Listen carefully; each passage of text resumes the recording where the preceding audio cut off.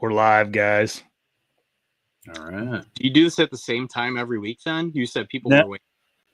No, I used to try, but like it put too much like stress on me, to be honest with you. Like, you know, I used to do it every Thursday night at 8 p.m. But it's like sometimes you got stuff going on Thursday night at 8 p.m. So I just let myself do it whenever I have time now. Do you put out like an announcement ahead of time? Is that how people knew that it was going to go on? Yeah, I usually do it a little sooner than I did tonight. I like at 8:30. I put something out. I don't think it really matters too much. It seems like people, you know, get it or not. But, and then that's about it. I'm sure Byron just picked up. I don't have an official company koozie on my drink, so I just sorry about that, Byron. Oh yeah. What's it say on there? I can't read it. It's the 722 we were talking about before. Garage beers taste best. Oh, there you go. Nice. Yeah. Anyway, everybody, good evening or good night. Thanks for hopping on tonight. Usually we play an ad before we start, but it was messing up on my computer, which is why we were a little bit late. One of you guys are echoing. It's Byron. Messing up on my computer, which is why we were a little bit late. How's he doing that? I think he probably has. You got another tab open, Byron, or something on your. Better now? Well, he's muted himself, I think. Anyway, some reason my phone fixed. Byron might have had a couple phone issues that cost him. This is going exactly how I thought it would go. Like tonight, just dang. This is the bad part about being. This has been two weeks in a row where we've had technical issues. We'll do it live. Yeah. Well, we don't need it. You'll get it figured out. Oh yeah. Oh, dude, it happens more than I'd like to admit. Just either the bad part about doing them live is like someone has bad cells or bad internet, or it goes in and out sometimes, and it just is what it is. But yeah, I've had internet issues here in my shop, and I've kind of have it temporary resolved, but I have to get better internet out here for doing, like right now I'm disconnected from my Wi-Fi and just running my phone off my cell service, and that does just fine, luckily. Otherwise I wouldn't have a play because my internet out here in my shop's not fast enough. I've got to run a line out here into the shop. So yeah, Byron's gonna get off and get back on. Dude, I got Starlink and I've been pretty happy with it. Cool. Good. So I have good service here. I just, my shop is detached from the house. Yeah. And, so it's a little bit the Wi-Fi signal's like just there. Yeah. So I got to get it out here, but yeah, some of these platforms now are so mobile friendly that it's hardly worth the time and investment to do any of that stuff. I know, man. I know. And like this, like, especially because you've been around. When did you start your podcast, Kevin? 17. Yeah, you got the name the Deer Hunter Podcast. You were one of the first. You were one of the OGs of podcasting in deer hunting world. Like, what I can't get over is the equipment, how like good things are now, and how cheap things have gotten. Like, I bought these just for doing videos. These little Lark M2s. They're like $80, and they're little bitty clip-on mics. Oh wow, dude, they sound amazing. Like for a mobile setup, to have a couple of these for guys just to, sitting around doing something, it'd be fine. Yeah. So what does it do? It records to that device, or it records? It would record to your camera. Okay. It doesn't have internal memory, but you can connect it. I mean, it has a 3.5 connector. Yeah. Byron, can you hear us now? All right. Looks like his microphone's off. Oh, he's muted. Earbud in, huh? I think we got her fixed. Maybe. You sound better. Yeah. You look better too. I think it was combo of things, but we got her. Okay, good. Yeah. Minor hiccup. We've had way worse happen. I was under the impression that you guys maybe knew each other a little bit.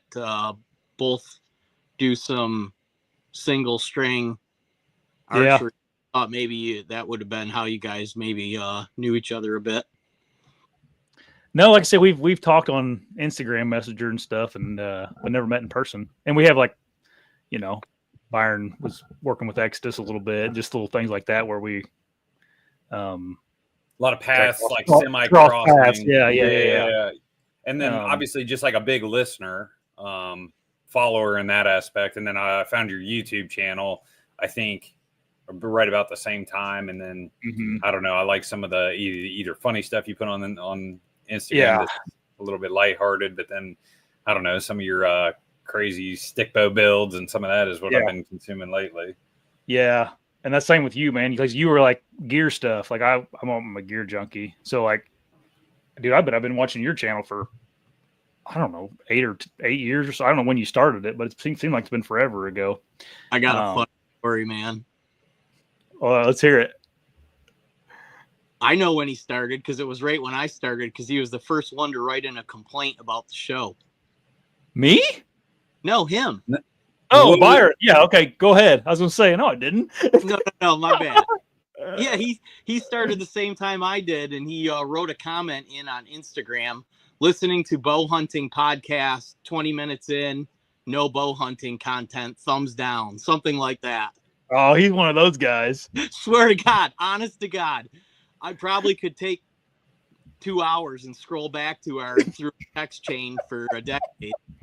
Maybe he had a point. I don't know. I know where I was, exactly what I was doing when I opened it up and read it, and I'm like, oh man. Kevin's first negative comment was from Byron. Dude, potentially. Can you? Do you remember that, Byron? Do you remember that? Maybe. It does. Yeah, I can't remember if it was that. And Clint Campbell was also guilty of this at some point. And this is in the early podcast days when there's like maybe 5 hunting podcasts of over, let's just call it 100 active listeners. This is the infancy days. Yeah. And I'm like loving a hunting podcast and like, tune in. And I'm like, I like a little BS stories. Yeah. And now I think they're way more valuable on hunting podcasts because we've talked about rub lines and scrapes and cold fronts. So now we need the BS. But back then I think I was ready for some deer talk. Yeah. Byron's gonna get off here and leave a negative comment if we don't start getting into deer hunting. You better stay on target. Oh man, that's funny though. You can't make that up. It was right after I was either Labor Day or Memorial Day. We had just got back from a holiday weekend. And it was me and my brother and a couple buddies, and we were reminiscing on the weekend. And I'm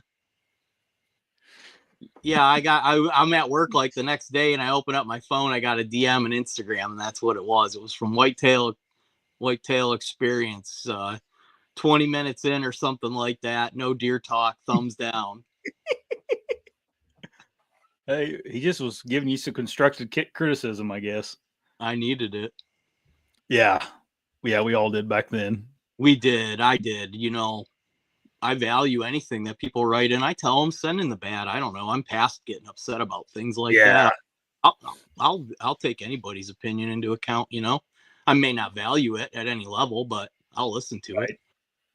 It's pretty funny. Like we love when people give us positive comments.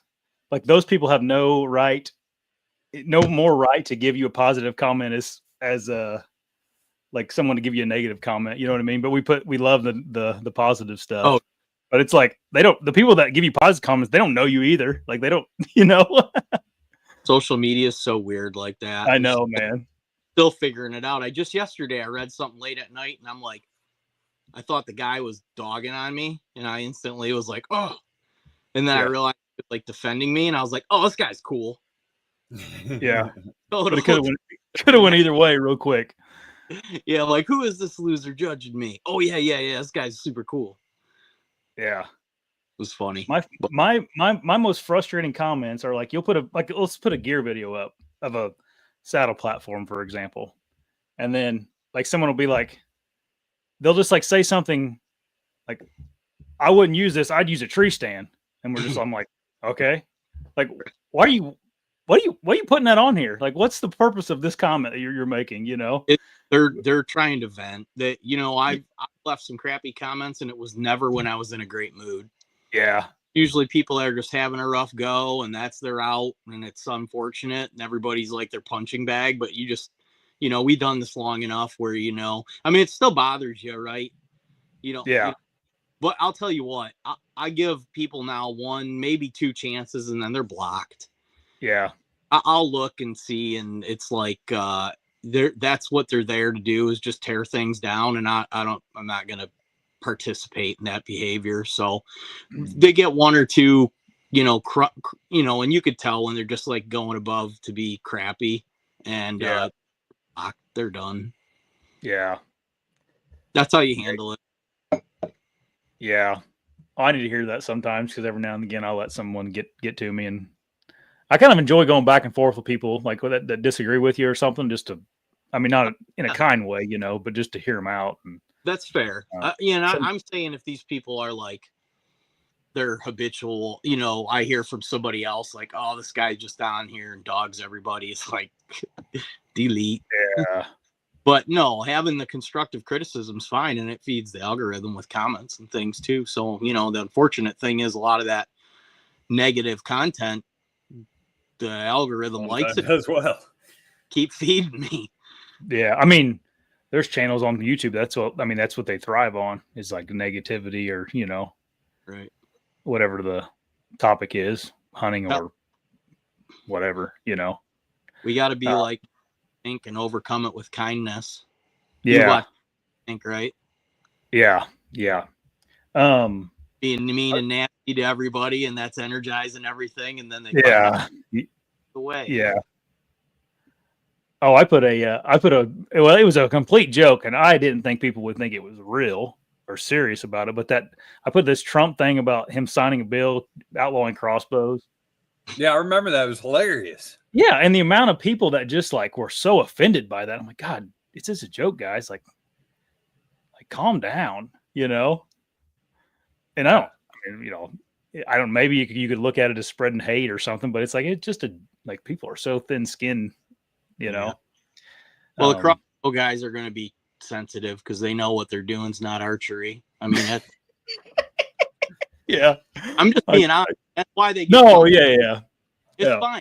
It's a crossbow. It's a legal means of take. You can hunt with it during bow season. It's not archery. That's all. It's fine. It is what it is. We'll all deal with it. I'm not losing but it's also not archery. And so, but that's why it's just lack of confidence thing that comes through. Like, if you really felt confident that was archery, you wouldn't get all jumpy. They get jumpy, man. Yeah. Usually when you're offended by something, there's probably a little bit of truth to what's being said, That's usually the foundation why you're offended. Yeah. That's the truth. Dude, there's nothing better than having a buddy that shoots a crossbow, though, so that you can like make fun of a lot, See, my buddies that I hunt with a crossbow, I just really don't even. I don't know. It's like never a topic. Yeah, I don't think I got one of those, honestly. I'd rather he gets a deer than he didn't. When we're at camp together, the honest to God truth is like, I was at camp with my buddy one time. He had a crossbow. I heard the thing go off in the woods, about 8:30. Yeah. And I'm like, I think Alex just shot a deer. Yeah. And I was mad or upset or like, goddamn crossbow guy. Yeah. It was like, oh, Alex just shot a deer. Oh yeah, dude. Your buddies and stuff. You're excited for whatever. Like, I think people would be pleasantly surprised at how little you actually care about what they're doing. You know what I mean? Like, right. Yeah. No, I didn't put that on there because I hate crossbows. I just thought it was funny. I see these memes that are unrelated to hunting, and then I relate them to hunting in my mind and make a meme about it. I think it's funny. Yeah. But I had one when Elon Musk bought Twitter, or now X. Yeah. I had one that Elon Musk bought the Ohio DNR and was changing rules, kind of same thing. Yeah. I like that kind of content. Occasionally we need creative juices in the space. Yeah. Yeah. I agree. Yeah. You know, We're too. I've worked pretty in the sensitive. 2 decades, and everybody's just super nasty to each other in the nicest way. I don't know how to, but then when you're outside of the trades and you're communicating with the general public, some of your humor doesn't come off so well. No. Yeah. That's pretty funny. Yeah, I can't imagine some of the stuff you hear throughout the day. I'd say it's. I mean, I probably wouldn't be putting that on YouTube too Real often. individuals that find themselves in the field. Oh, Byron, I was wanting so we can get the little bit of deer hunting talk. Yeah, we better get into deer hunting. What's going on with the EHD stuff right now? You sent me something the other day. Yeah, it seems just things in Ohio, number of posts, couple podcasts, and then the DNR this week has released a map of the EHD breakout, and we had it real bad in 2022, and right now we've had the really wet spring, like May, June, July are all like double the normal rainfall for the last 5 years. I kind of did some comparing the other day, and here we've entered August. And not that we're droughtish, but we definitely, don't have a hard rain in the next 10-day forecast. And then I think we dry for a week or so. And kind of that combination of spots have been holding water that normally don't. And now it's obviously receding, and that creates that midge habitat. It's like, I don't know, could be on a ticking time bomb, and depending on county or farm or whatever. But yeah, I know a couple guys very close to me. Guy said he doesn't even have hardly any deer on trail cam right now. Like the farm's been hit hard, and a couple counties are getting blown up. Man, that's not good. That's I don't know, man. That EHD thing's scary. These deer must not have like running water sources that they can utilize. A lot of ponds and like small lakes and stuff. Is that what happens? Creek beds and whatnot? Yeah, I mean, like from what I know, it's those wet conditions that like soften it up, and then once that dries, that's the habitat that midge likes. And if you get a real dry let's call it late summer, early fall time period, that's not good. And you combo that now with we've had a really wet early summer, midsummer even, that conditions are right. Last year wasn't as prevalent. The year before, not as prevalent. 2022, we got hit hard. We talked to one farmer. He said he found 100 deer in the strip on his farm ground. And I looked at Dave. I said, I didn't think there was 100 deer in that whole block of state forest right there. Like, Christ. Well, so, you know how farmers are sometimes.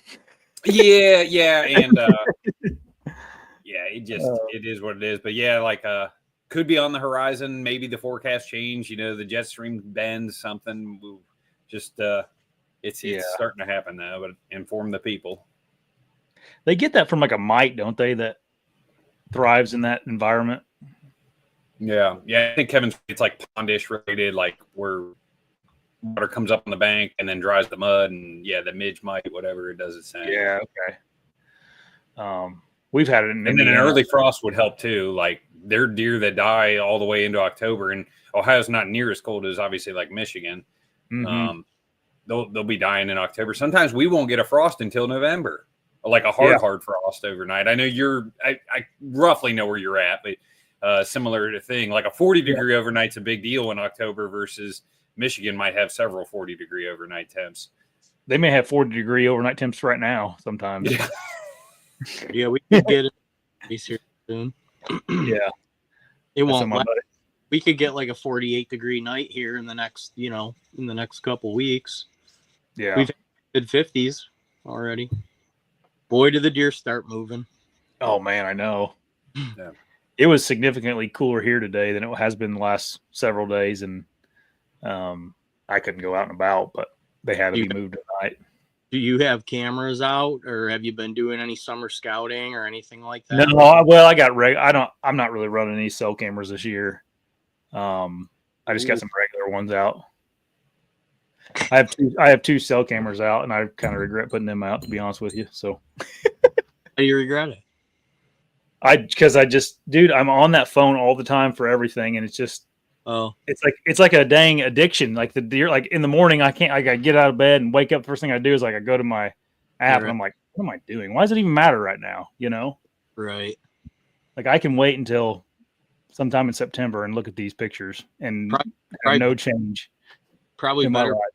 health to be on there than social media. Yeah, but my wife and kids don't know the difference if I'm on that or on social media, you know. That's it true. all looks the same. Yeah. Yeah, and I don't think they do hunters any favors most of the time. I just I don't know. Not for you. It's not for me. That's right. I see so many of them in the woods too, and I don't know. I just kind of quit using them this year. I love regular card cameras. I like using those, but love's probably the wrong word. I kind of double down on them now with the scent company just for observation purposes, and you know, high quality video with audio is a big deal to me. I'm always watching how deer interact when they walk into a scent stream. Did they actually come in because of it? Because a lot of times that's not the case. They, you know, you look and see what the wind's doing, and you can see the leaves blowing in the trees, and the deer's coming the other way. It didn't come in because of the scent, but then you get to see how it reacts to it when it does touch it and smell it and all that stuff. So for a lot of observation and field study reasons, I have quite a good fleet of cameras running now. Mm-hmm. Well, that makes sense. Yeah. Especially, you know, with your scent company. Yeah, and I just always enjoyed cameras, but I do agree with you. I think that if, like, truth be told, I think I could probably be as effective or maybe possibly even a better hunter without that, because they do take up a lot of time, and you do get you start to default to that app versus defaulting to what's going on in front of you and in the woods. But the 180 to that is, if you're a guy that can't be out there all the time and you don't have you can make some pretty strategic and surgical moves based on intel that you receive within, I mean, 30 minutes. I mean, if you have them set up correctly, there's guys that are, you know, they'll make a 30-minute play on a camera intel, you know. They've never helped me kill a deer all the years I've used them, so I don't know. But yeah, I get what you mean. I mean, I could see how that would work out for sure. Yeah. Especially bait, run them over bait. Yeah. Do you guys bait? You guys can't bait in Indiana. You guys can bait in Ohio. What? Just only on private? Correct. Mm-hmm. Yeah, private land. That's interesting. They debated about bringing bait back to Michigan, and it didn't get far at all. And I'm good. They didn't make it legal. No, it didn't get even. Huh. I thought it would go through, to be honest with you. No. Yeah, I thought the extra revenue grab kind of where they were going to make it by the pass. Fell pretty flat on its face, from my understanding. Interesting. It go through a couple levels of things, and it didn't make it through the first one. I wish I knew that, but I just had a guy in here that's been working on that stuff, and he said, yeah, that's dead. Huh. It's pretty hard when you take something away to put it back in. Yeah, being all flippy floppy like that. Yeah. Tennessee's doing it. Tennessee's doing the pay to bait. Yeah. Next year. I'm fine with them doing it, but my thing is, if they're going to do it, I want stiff fines and enforcement, because guys just abuse it, and then it's a real problem. And they're really the guys that abused it are the ones that screwed it up for everybody. You can efficiently and effectively and respectfully bait, but then guys are backing up dump trucks of carrots and sugar beets. That's the next thing. The guy's like, oh, I'm just going to put a bucket out. And then the next week, beep, beep, beep. Literally. Because used to in Michigan, it was like a certain amount, right? You could put out. Well, there's always been rule and regulation around. And then, the past 10 years, some chronic wasting and then other things going on, tuberculosis. So then they put I think it was like you could have 5 gallons of bait over a 10 square foot area per 24 hours, which I actually thought was good. They wanted Say to that again now. 5 gallons of bait. 5-gallon bucket. Yeah. Spread 10 square feet. Every 24 hours? I believe, yeah, you could do that every 24 hours. That's the now with cell cams, you could monitor the guys. Yeah. Well, that's why it started me saying this. Like, it's too easy. I mean, there's an argument to be had there. Yeah. There's a joke here in the Buckeye State that cell cams, crossbows, and a corn pile, somehow that doesn't seem like bow hunting. Joe Miles talks about the 3 C's, if you will, that are kind of disrupting the sport. You guys don't have is there a limit in Ohio on how much you can put out? No. There's guys that, do really?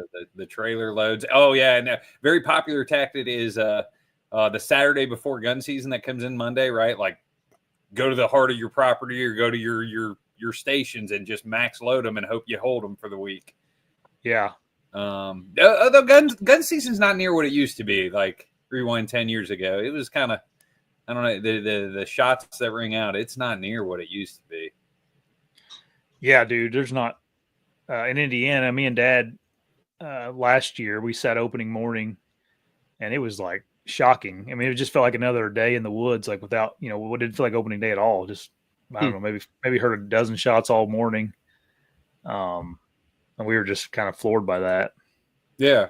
Yeah. You don't see the trucks as much. You don't see the orange dots and the various patches. And obviously you used to hear obviously a couple hundred that first hour of Monday.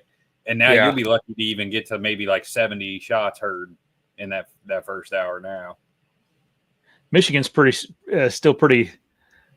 You guys you still got the Orange Army up there, right? It really varies on if the opener's on like a Friday or Saturday, there's going to be a lot of action. Honestly, if the opener's in the middle of the week, it's going to be spread out because guys, say it's a Tuesday opener. Yeah. Because we open on the 15th.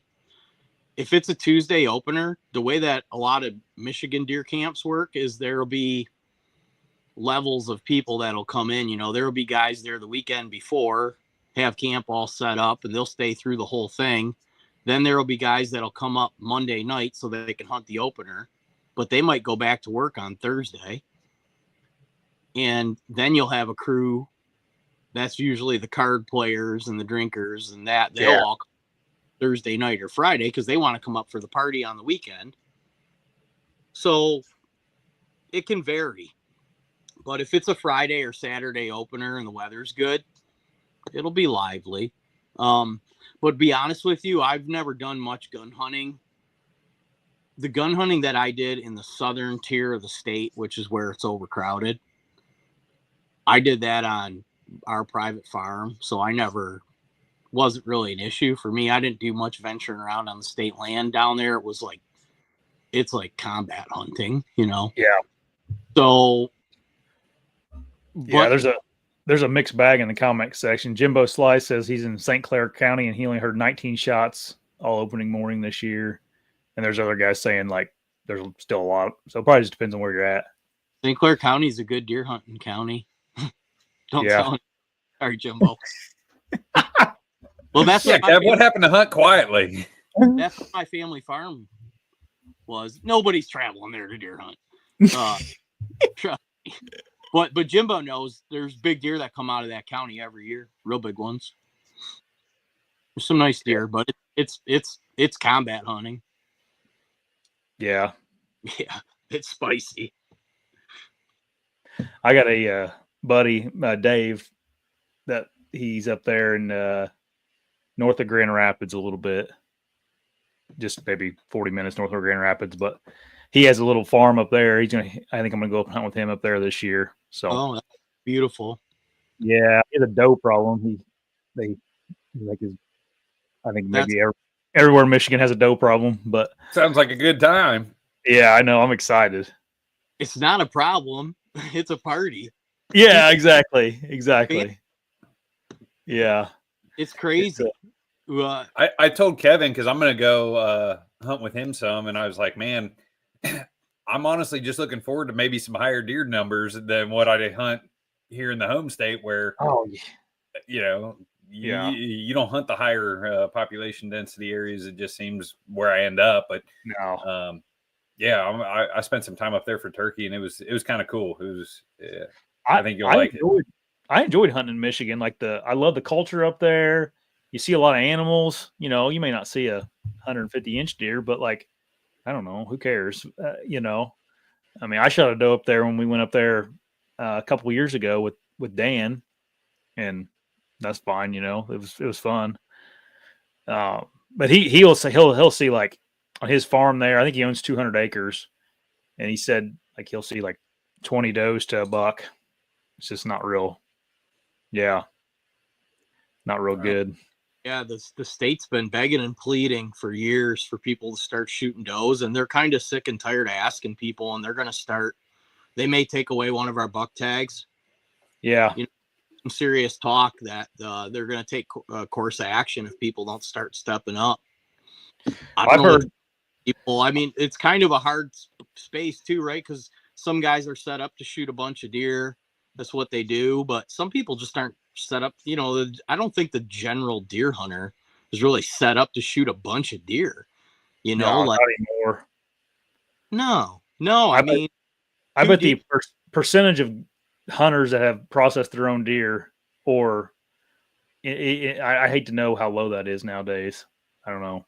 It's a lot of work. I mean, yeah, there's places around here that like shut the doors and they'll charge, let's call it 150 to 225. Like, I think I cover most processors within 60 miles here. Yeah. And several of them shut their doors. And I'm like, if you've ever processed your own deer, you're like, dude, that's a lot of work. The businessman in me says surcharge pricing. You know, if times are slow, you'll charge less. But if demand is high, you can ask for a higher price. And I fully disclosure, I pay to have my deer processed. I would say 70% the time, 60% the time. Yeah. Because it is so much work. Me, a working guy, shoot a deer. Now I got a second just a butcher sometimes. Oh, yeah. Versus I could pay the fee and go maybe hunt another state or something. Mm-hmm. Yeah, it's an evening process, you know, to do it all. Two guys significantly faster. Oh yeah, yeah, for sure. See, I have cousins and stuff, and we have a little walk-in cooler at my house that we all pitched in. We all pitched in and got it. It's nothing fancy. It's a box with a dang air conditioning unit in it, you know. But we kind of collect them in there, and once we get, you know, 3 or 4, then we all do it together. So it works out pretty good. And then we've all kind of went in on equipment, you know, whether that be grinders and tenderizers and whatever you need, we got pretty much. It's fun to do. It's fun to do. It's a lot of pride in it. You know, you get the setting and group and time and do it all. It's great. But like Byron's, what he's talking about, and you too, like, I can't even afford to do it now. You know, like I can't justify the time. I'm just so busy. And I'm not fast at it. I'm not good at it. I can do it. I've done it. You know, I've done, I don't know, dozens of deer, you know, over the years. I don't know what it adds up to, but I know how to do it, but I'm not fast at it at all, you know. And between the getting it situated, actually cutting it up, then doing all the grinding, then doing all the packaging, then getting everything put away, then getting everything cleaned up, for me, it's like a whole day endeavor. Mm-hmm. So I can't afford to do it. I mean, if it's $250, I'm going to pay to have it done so I can go to work and be productive. I know what my cost is per hour. You know what I mean? Yeah. Yeah, I get it. Is it hard to get them into butcher? I've never had a butcher do mine. Like, is it hard to get into a butcher shop during deer season? Like, how long's the wait and stuff? Go ahead, Byron. Yeah, I mean, the busy places, they'll extend hours during gun season, and generally during the rut, like they got more guys on staff, part-timers. The one place I can think of is call by appointment. The place that does higher volume that's close to me, they're open till 2 p.m. Like 5 days a week, 6 days a week, maybe not like Monday, Tuesday. Let's call it through a general October. But Saturdays they're there till 2 p.m. So if you shoot a deer though, there's no like freezer you can leave it in that night. Full disclosure, that does affect some of our, like me and the guys hunting. You're like, dude, is it a doe killing night? Is it going to be cold enough to let it sit in the truck bed, or do you got to start butchering it? And it's kind of a factor. I'm surprised there's not more, or those places probably should charge more, honestly, because demand is high. That's I have to imagine it is now. Yeah. Yeah, I paid about $250 a deer last year. Wow. Okay. I had maybe 20-ish pounds. Maybe I can't remember if I had 10 and 10 or 20 and 20, but I had a bunch of breakfast sausage and Italian sausage made. Yeah. That starts adding up a little bit. But it's close to $200 just to have a deer done. Yeah. So, we must get full around here because every year I have people call me asking if they'll. I'm like, not my thing. I'll do my own. I'm not going to do yours though. Yeah. If someone genuinely would want to come over and like learn how to do it, I would definitely do it then. But I'm not just having someone drop deer off for me to butcher. Yeah, there's quite a few places that will bring in 1, 2, 3 refrigerated semi trucks for a week or two there around opener firearm season. Yeah. And they'll have them in these big refrigerated portable trucks, and they'll bring in additional help, and they'll work these guys until they won't work anymore. And usually by December, one of the places that's the go-to place by me where I was downstate, like I think they would do deer up till December and then no more. Their guys wouldn't do another deer. So, yeah. Man, that has to be a honest job. Thousands, and everybody brings everything at the same time, right? Kind of or first week of gun, it's like all the deer get hammered and show up. Yeah. Yeah, I wonder if there's more deer that get processed by butchers now than there was back in the 90s or whatever. Interesting just how the culture has changed. Yeah. It's similar to guys that do their own brakes. Like, look how many cars are in driveways and people do their own brakes. Yeah, that's a good point. The manuals for cars used to tell you how to time your valves. Yeah.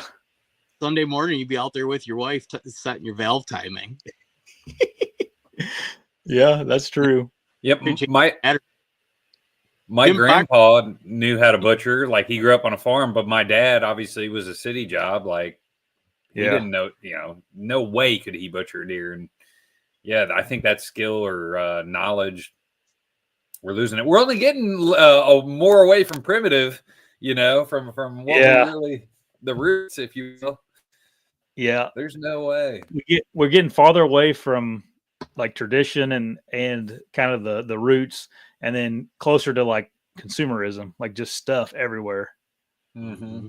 It's been action for a while, and the other thing that's going on too is we're getting handicapped by technology. You're wise to pull the rug out on the camera thing because so many people now are we all are to some capacity, right? Like, look at our phones. We're sitting here talking into our phones. Yeah, right. These guys using technology. But we're literally on the internet right now.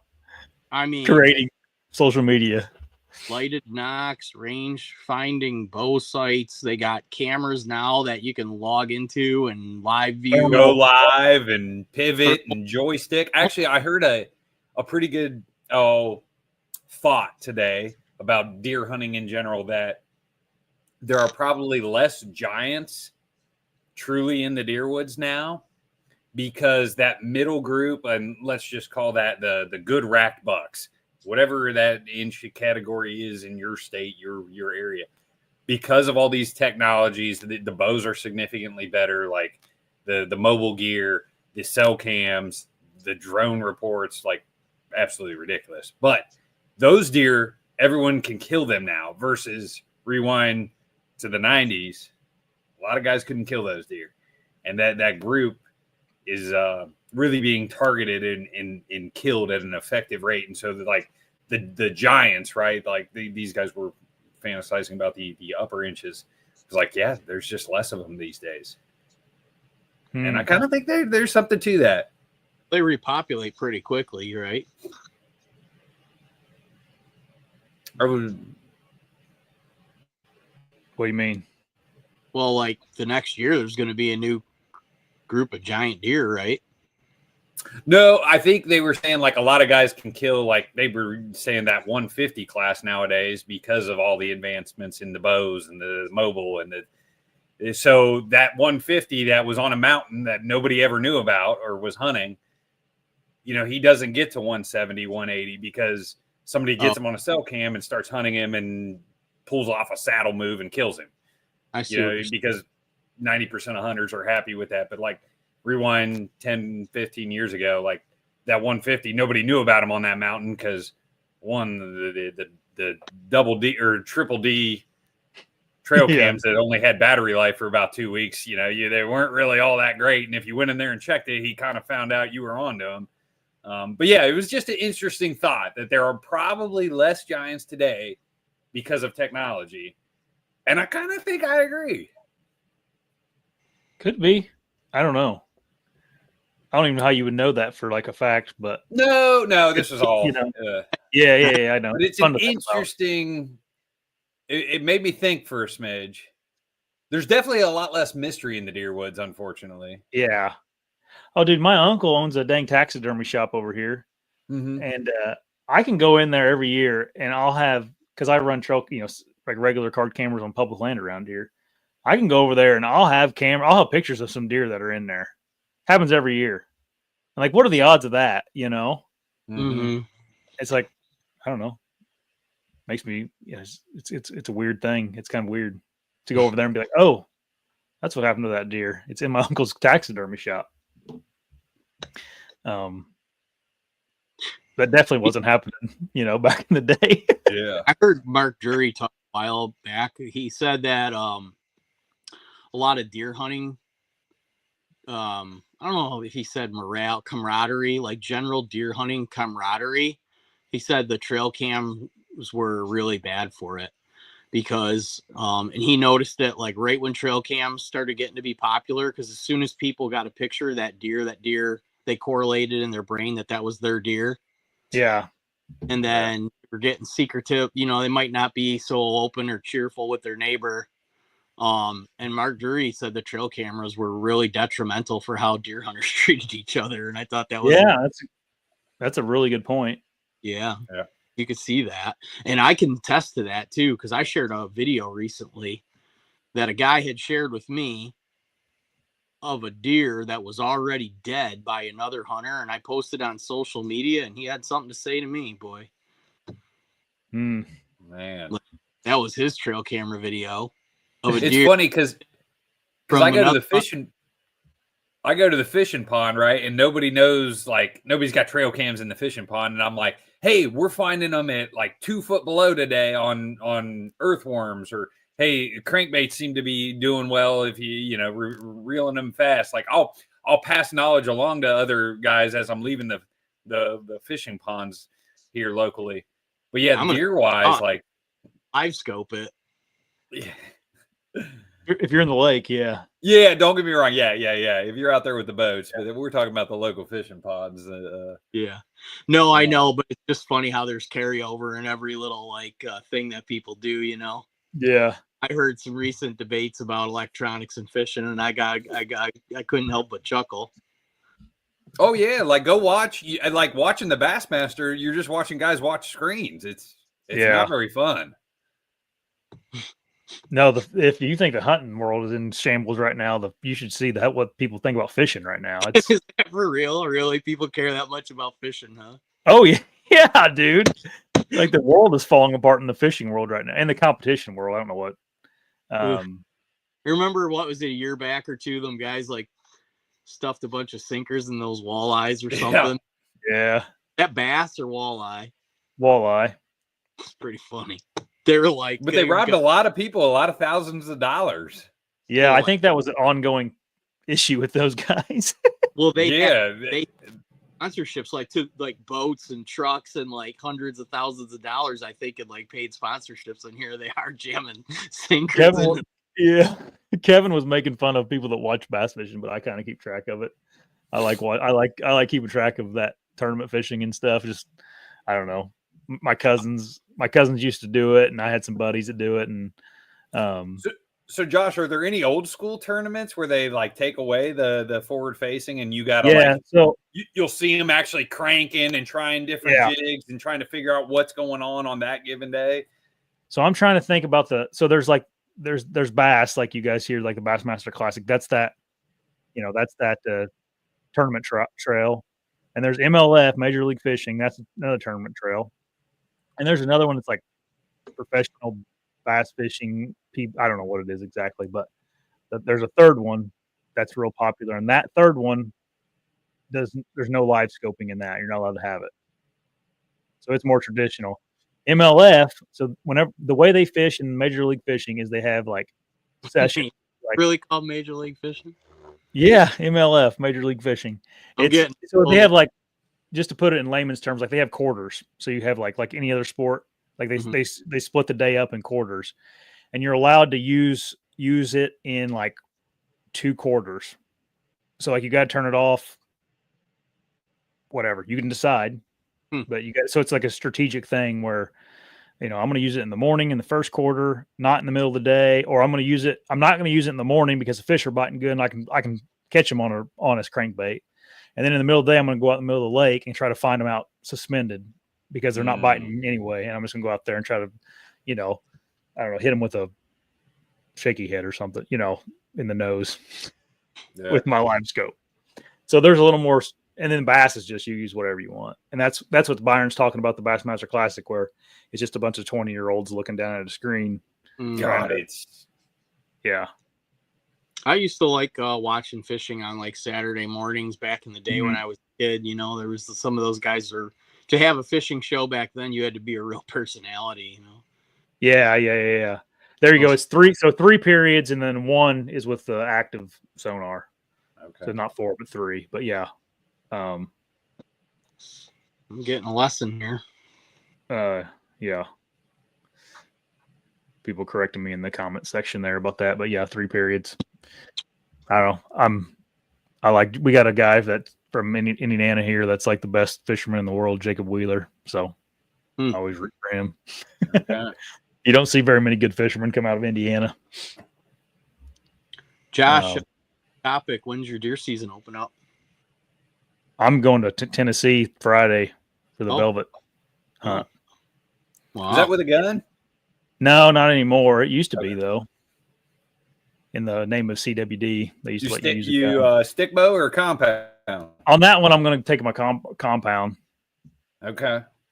But I support that as somebody who had a velvet buck escape him at 25 yards stick in the hand. Well, yeah, I don't know. You get 2 days. It's not like I'm not hunting there all season, So, what compound? I'm shooting that prime Ronin this year. Oh, me too. Yeah. I don't know, man. I could have got that more expensive one. The form. That's right. Man, I just have a hard time. I have a hard time with promoting like a $1,600 bow. I don't know, man. It's just a lot, Well, I like great option. Yeah, that's the thing, right? I've told people for years when guys ask like, "Oh, I want to buy a bow. What should I do?" Buy a 3 or 4-year-old flagship bow. Buy it used. You get like kind of all the technology for a great price. But the Ronin's like a brand new bow for what? I think it's just sub $1,000. Is that accurate still? I think like $799. And so you got to think at your shop, you could probably scoop that $759 on a deal, and they'll throw in a bag target. Yeah. It's essentially the like RVX I think they just like little rebrand. Yeah, it's an awesome bow. I like it. I was shocked this winter. I was kind of just poking around a sporting goods place. I don't really I don't do a lot of shopping. I don't buy much hunting stuff, frankly. Yeah. And I saw the prices on crossbows, and I was like, "Was that for real?" Like, they're crazy.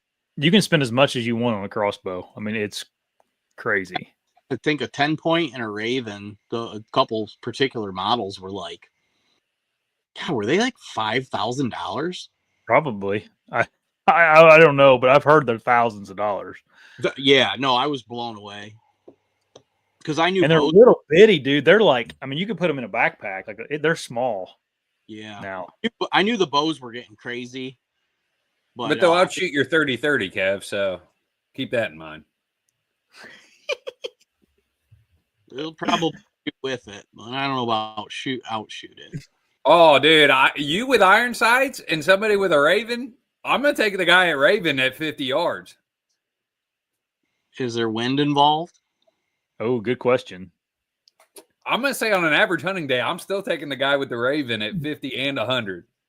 I would put $20 on both those three groups. The guy with the Raven probably outgrew you with iron sights on a 30-30. You're at 100 yards and the guy's going to shoot at you with a Raven or a 30-30. You get to live or die if he misses or hits you.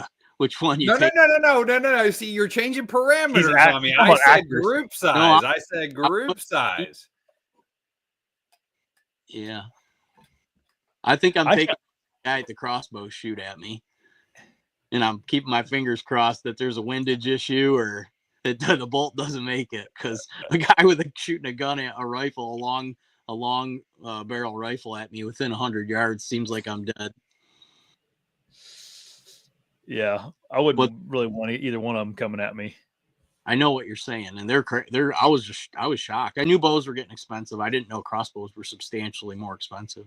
But to what your point, that's cool, Josh, because I've been adding up. I started looking at just sights, and I was like, a sight for a bow. These companies now that have these giant marketing budgets are pushing sights that just a few years ago is what a bow cost.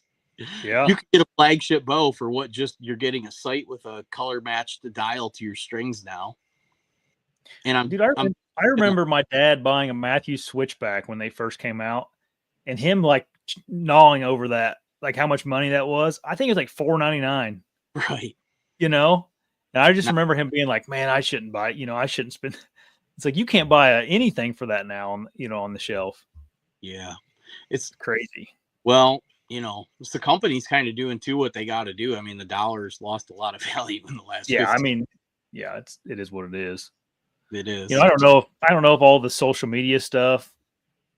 I mean, that's probably hurt it a lot for sure. It keeps up in because people will keep they keep testing the waters. Matt Rinell has talked a bit about this in depth. The prices keep going up because you get these like celebrity status people to push these products. And then the people accept the price point and then everybody else price creeps a little bit. And the next thing you know, a bow's $2,000, a sight $600, a drop away rest is, I don't know, $450. It's like you're $3,000 to set up a bow and you don't even have clothes or a tree stand or anything. I know. So I look at used equipment sales a whole lot for people, that are trying to get in or like, be cost effective. Is a lot of those used opportunities is where you're really going to do well. Yeah, for sure. You could buy a bow that's 10 years old now and it's going to be good, as long as it's in good shape. Yeah. Think about like even one that's 5 years old, you're not going to pay a whole lot for it. They don't hold crazy value. Yeah, that was the point I was going to make earlier is you can go buy a firearm that literally sometimes increases in value. I bought a Remington 870 for like $200 when I was in college. I think now I could get $350 for it. Like it went up in value. Yeah, especially in older Remington. Yeah. Yeah. This was like a 90s, 2000s before Remington went south. But yeah, like Ruger, the Ruger American, that bolt action gun they put out, here recently is like sub $500, and you could sell it the next day for what you paid for it. But yeah, a bow minus a Matthews pretty much cut in half after 1 year, as far as, you can buy it for X and sell it for Y. Yeah. I'm not as, I like guns and I buy guns from time to time. I'm not as immersed in that market, but like, it almost seems like you're right. Like there are cheaper guns now than there was back in the day. Yeah. There's way more companies now too, I guess, though. Yeah, a lot of import firearms they've done the opposite of the bow. They've driven the import, all the import stuff drives the price down. Yeah. And obviously some patents have turned over. There's 1,000 Glock 19 remakes right now for $100, $150 cheaper than you can get a Glock 19. I was at our local store here in town, Acme Sports, and my buddy Alex that works there, he was telling me that Glock took off like 34 SKUs off of their list of stuff that they have now this year. Really? Yeah. So I think they're just trying to get with the times or something. I don't know. But yeah. On the bow thing, just because I've worked with Prime and for Prime now for 8 years, something like that. So I kind of see a little bit how the sausage is made. I've spent a lot of time in that facility and I know everybody that works there. And, years ago I had an opinion. It's like, do you guys really need a new bow every year? It's like, as somebody that's out in the general consumer space, it's like, you really don't need a bow every year. Right. But once you see how the company operates, it's like they actually have a true R&D. Like they're an R&D company. They actually are working to develop product in-house, and they are, they're a relatively young company in the space. So they're constantly trying new materials, new concepts. And so that's why you do see new bows every year. And the reality of running a business is you have to make revenue. So you have to have product sales. So it's either there's going to be new bows every year, there's not going to be any new bows. And, there's people that work there. They make their living going in there every day and making product, and consumers buy that product and the whole world goes around. So these companies aren't all like, evil, just out there raking in cash. They're just trying to make a living, and people are just, but there is some definitely price creep that probably generally could be avoided. But as long as consumer behavior continues to do what you said, Josh, where we're like, what's the next thing? Give me the next thing. Consume. As long as that behavior is going to continue, they'll keep testing the waters. You're going to have $600 pair of hiking boots. Yeah. I mean, the crossbow industry has had a big effect on the compound stuff too. I mean, yeah, in the last 5 or 10 years. Yeah, eating up a giant chunk of the market share. I don't know what it is, but yeah, it's had to have done something. Oh yeah, Joe, my buddy Joe had a funny story that his buddy was in Dunham's and a guy come in and said, "I need a crossbow and I need it now." You can get it right now. Go shoot deer with it this evening. That's what he was getting at. Yeah. And lots of preparation went into this archery hunt. I need a crossbow. I like your sarcasm, archery hunt there. But yeah, like I always think about my grandpa, because like he was a big hunter, and dude, he had a 20 gauge Remington 1100 that was like it was just a full choke barrel. Didn't have interchangeable. Single bead is all you need. Yeah, exactly. And he had like a pair of coveralls. That's all he had. That's it. He used the 20 gauge for deer to his squirrel hunting and rabbits, And he had another pump 22 in his gun little cabinet, but it didn't work. It was broken. That's all he had. And like he hunted all the time. and like all the crap I have. Like, dude, I probably have more money on this table right here in front of me than he had like invested in hunting. Yeah. Different but time. like you said, yeah, it's crazy. My grandpa, it's weird how quick things changed. as my grandpa got older, his memory wasn't so good, you know, and he'd tell you the same story, a couple times a year, which was fine with me. I liked hearing them. So, but he told me the first time he ever went deer hunting, he had a friend and a family. My grandpa didn't grow up in a hunting family. And this was after the Korean War, and they were back, and he went deer hunting, and all he had was a brown suede jacket. Yeah. And they were heading out, and he said the guy that he was going with, the guy's mom said, "Hey, you can't go out there like that. You're going to get shot." And she sewed a red handkerchief on the back of his jacket. That's funny. Little bit of a warning sign that, hey, I'm not a deer walking around. But he didn't even have, they didn't even have a coat. I mean, he had his normal, they had a coat. Dude, I have a couple pair of pants that I love, and my aunt, who's 74 now, but she's very talented with a sewing machine, like for patching things up or making things. And like some of my favorite like pants I have are these old ones that she's like fixed for me like several times over the years. And like, I don't know, I think it's cool to have stuff like that where it is. Patch something up. I was going to show you guys something real quick. Hey, we might need her number. Do what? Might need her number. That's right. Yeah, right. I know. Well, I was thinking about. Go ahead, Byron. Sorry. Oh, I said, is she looking for employment? Yeah. Well, no, I don't think so. To be honest with you, I think she wants to do less of it. But I was telling my wife, I'm like, man, when my aunt passes away, like, who's going to fix all of our crap? I'm like, you need to go over there and learn how to sew. It's like us talking deer processing and changing brakes, all that, everything in every department's kind of going by the wayside now, and you can't continue. That can't be continued behavior. We do have to go back to being a country that makes things. Yeah, we'll all be happier too. More than likely, yeah. This is the biggest deer I've ever seen. So this is me right here, and this is my Uncle Lester right here. And this was like a 93, I think. That's so cool. Yeah.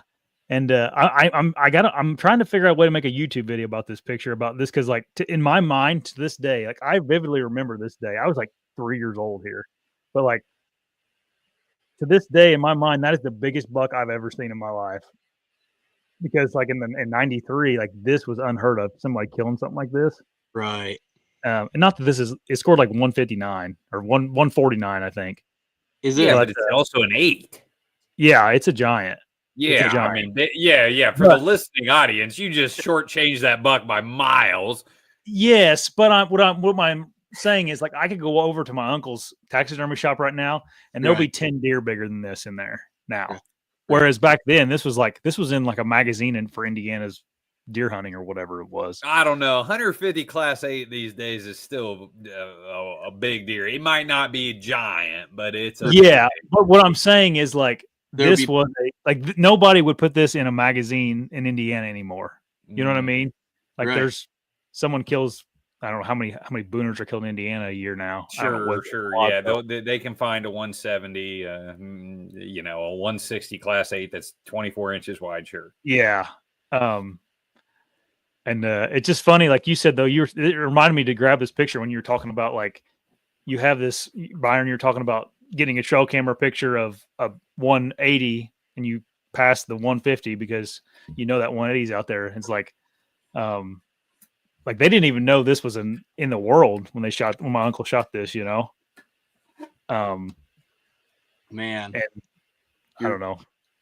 You're really back to all my sits when I was a young kid, thinking that like monster buck, real tree monster buck, caliber buck was just going to come walking out any minute. Yeah, I know. Because that's the stuff I grew up on, kind of. And I'm like, eventually it's going to happen, dude. All I got to do is be out here. That's what the deer look like. And that just never really materialized for me. Yeah. But yeah, that deer, like, I don't know. I probably credit that to me getting like the hunting bug the worst, probably just seeing that thing and being in awe of it when I was 3 years old. Yeah. Like, you don't remember much when you're 3, but I can remember that day like it was yesterday. Like my dad and my uncle were hunting together when he killed that thing. But that's cool. Yeah. It's I don't know. It was good times back then. When I was little, our camp killed a couple big deer. A 150 11, like a 150 mid 150s 11 point, and then a 9 point that was almost 150. I think it was like 147. And those were really kind of the only 2 big deer that my camp killed when I was like a little kid. And then when I was 22-ish, my buddy shot a 138-inch 8, which was a sweet giant. I mean, it was all like chocolate rack and had really nice mass all through. And it was a sweet, sweet buck. But yeah, really the spot that we hunted, those were like the 3 big deer that my camp produced historically through all my time growing up. And, now that I'm older and we see everything now too, there's a lot more bigger deer coming out, but I think there's also a misconception a little bit because you see so many of them online that you're almost like, you almost get immune to it a little bit. Like, yeah, exactly. Thing you see it so much. Yeah. And that's what I want to make a video about, is like how this, like, in my mind, even though it's not the biggest deer I've ever seen, is the biggest deer in, like, portrayed in my mind, just the feeling I got when I saw it, Yeah. And then he full body, he's a taxidermist, but he full body mounted it. So it was like laying in his shop now. But so then I could just go in there and look at it all through my childhood, like it was laying there alive still. Is that the original photo? Yeah. It's a old Kodak print photo. Yeah. I found it the other day going through my mom got some box out of her barn and found a bunch of pictures. So I was thumbing through it. Yeah. Pretty cool. Well, you should scan and upload that one so you at least have a digital copy of it too. Yeah, I did. Okay. With an app, you can get apps on your phone that do a pretty good job with that. Yeah. I got a whole binder of photos like that from growing up deer hunting, and make me want to get them out right now, but that'd be radio for one. Yeah. I have a lot. I know. I've been meaning, my grandma lives next door to me. She's 95. And I've been meaning to go over there and just like ask her about, because she has some photo albums I've never looked at really. I need to go over there and like thumb through them all to try to find old hunting pictures. I don't remember my family being big picture takers though. I got one right here on the desk, first buck, and it's an old, Kodak. When was that? That's like 2000, maybe 11-ish. Yeah. Some of mine. I think my first buck, I had highlights. Oh, nice. I remember people doing those. 16, 17 years old. Well, I was wrestling in a wrestling tournament and everybody dyed their hair like Eminem or something. Yeah. Yeah. Looking back, it wasn't a great look, but my first buck. Yeah. We all did things that. Maybe I'll keep that one to myself. Yeah. I got the old Martin solo cam there. Oh, wow. Oh, dude, I think that thing was a 27-inch fan. That was a $400 bow somebody sold me, a 27-inch draw. Look at me. I'm 6'1". There was no way I was a 27-inch draw back then. That's probably better than being overbowed though. Sure. But not ideal for sure. I'm pretty sure that camo pants there were some khakis that came from Kohl's. The top was a military BDU, like surplus store special. Yeah. Those are the days though, right? Like whenever you couldn't have a phone to take a picture, you had to use a Kodak camera. Yeah. This is the only other one. This was my wife. She was like 16 and I got her a bow and she killed that little buck with it. Oh man. Yeah. But that sealed the deal there. You knew you were going to marry. Yes, so maybe it did. Maybe this is it. Man, look at this. This is going to be the rest of my life. Oh, well, you obviously like that stuff then, and you like it now. I mean, you create YouTube content, and share all that. We're doing this here tonight, so look what stuck with you. Oh yeah, I've had a lot of hobbies in my life, like things come and go, But like deer hunting's always been like, or hunting in general, just always been a constant. Something that I don't even like.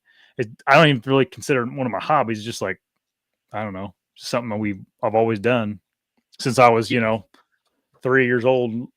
With my uncles and my dad and everybody hunting. So, do you have not to do it? You regularly do outside of deer hunting these days, or? I mean, I like to fish a lot. I used to play golf. I don't do that anymore though. No, I mean just family. That's about it. Yeah. I mean, it's about all the time you got to do anything really. Right. But I was really into golf. Weirdly enough, my family's into golf too. So, I played college golf and everything else. My uncle's was a professional golfer, and he retired. But that's cool. I don't do that anymore.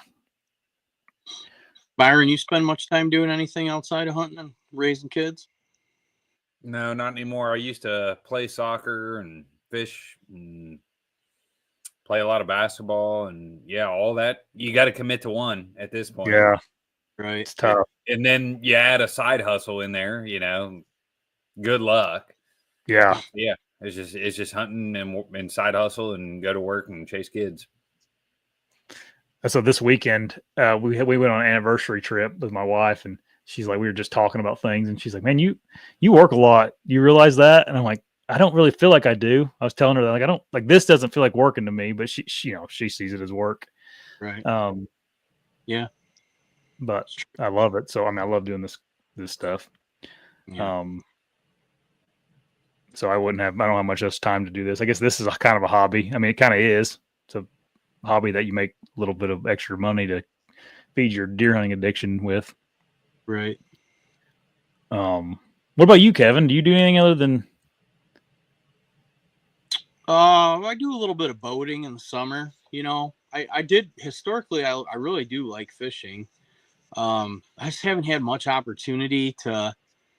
Like, my family's still pretty young, so like mobilizing them early morning to actually go. I don't really love going fishing and not catching fish.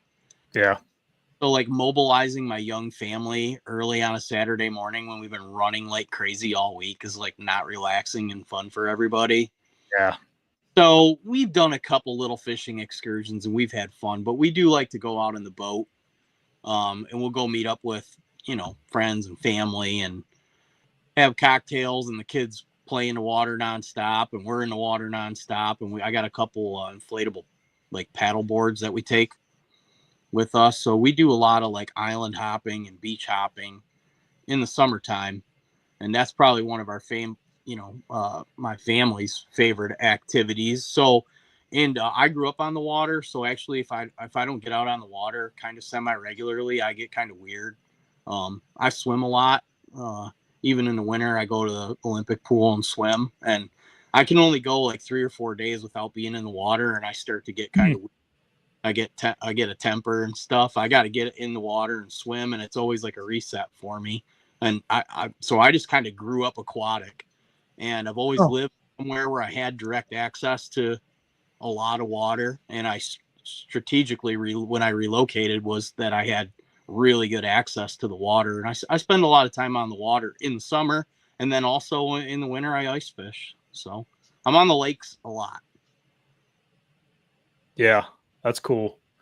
We bought a boat in February, a little bass tracker bass boat. Mm-hmm. But it's kind of like my son likes to fish, my oldest son, who's 5. But I don't know, man. Indiana's we ran into the same problem that you mentioned, is like fishing is not great in southern Indiana anyway, but it wasn't that enjoyable for him to get up at 4:35 in the morning on a Saturday and go fishing and catch a few fish. So but we did take it out a decent amount and just kind of hung out at the lake like you were just talking about. Yeah. But golly, man, it got so hot this summer too, and then it was kind of miserable out there. You know it's hot when you're miserable on the boat. I know. Side of that, my side hustle, the whole venture has turned into a full-time job and a company and a couple businesses now, and I still work my licensed plumbing job. So I've basically been working 2 full-time jobs for about 2.5 years now, and it's been pretty trying and testing on me. But I did actually have a talk with myself and my wife this year, like at some point I got to figure out which one is going to get my full attention, because I'm not getting any younger, and this is just a reality situation. Cost of living continues to go up, and you don't have a lot of options. I'm 42. My window of making my wealth is, it's getting shorter, and so I have quite a bit of attention on where my time spent is nowadays, and in the interest of taking care of and protecting my family, really, at the fountain. And so if I was going to continue to do this like I had to figure out a way to justify my time, which couldn't take away from my other work. Because in my other line of work, you can work as many hours as you want every day of the week. Some guys do. It wasn't like my love or passion. I was kind of always looking to just kind of work my 40 and get out. Yeah. But I was at companies where I was working 70, 80 hours a week doing that, and I was just really miserable. So, but now I've been in a kind of a predicament where this has grown into a couple businesses, and it requires a lot of time and attention. It's a daily, stuff has to happen.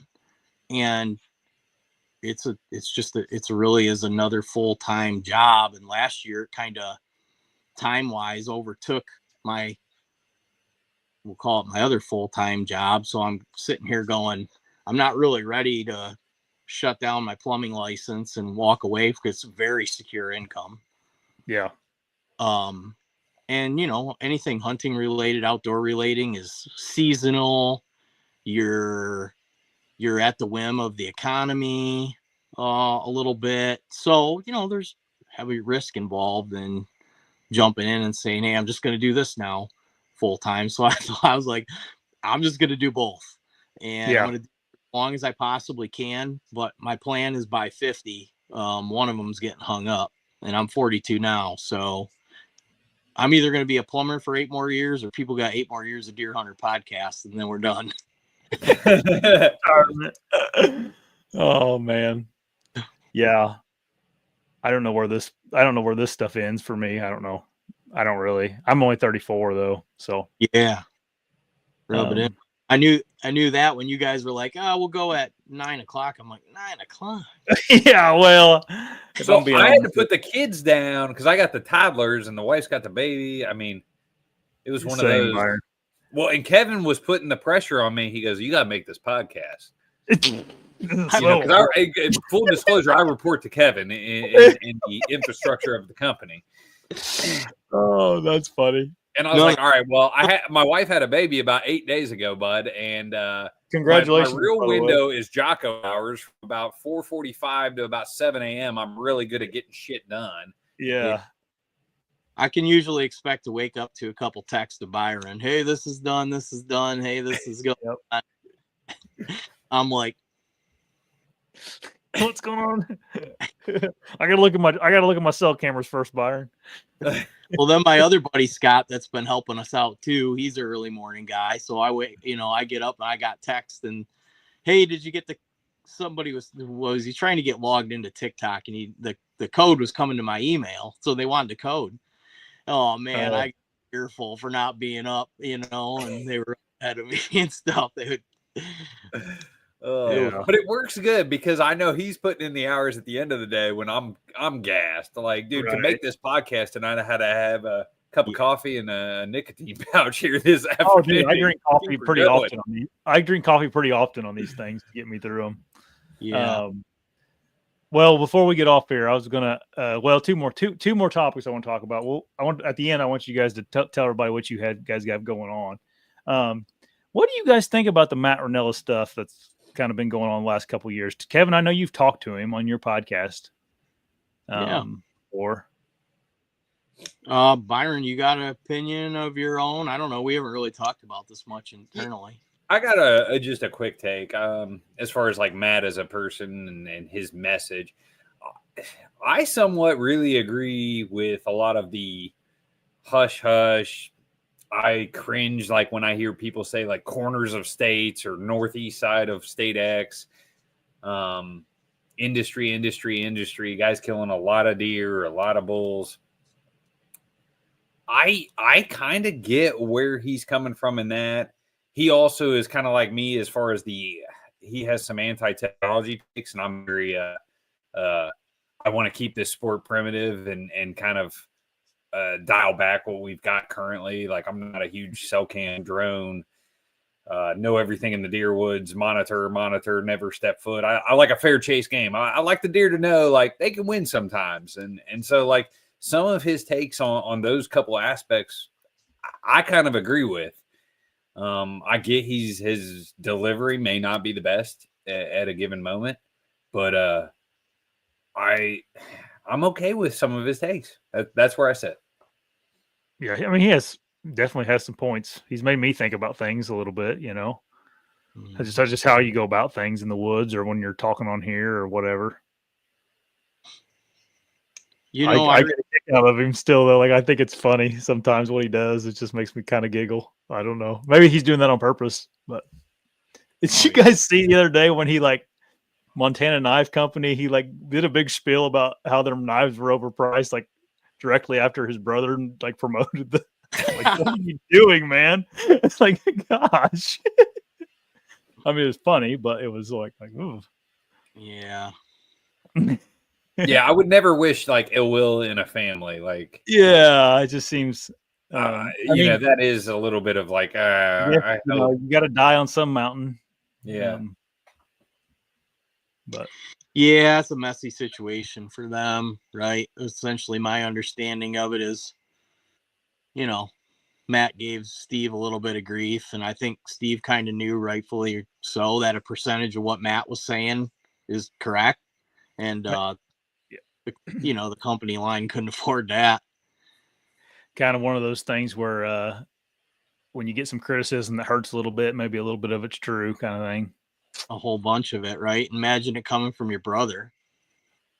Yeah. I have a brother, but if your criticism's coming from your brother, a lot of times that'll double up your anger. Maybe so. Some of it was correct. And then, basically Steve said, hey, you got to knock it off. And he's like, dude, I'm not knocking it off. What are you talking about?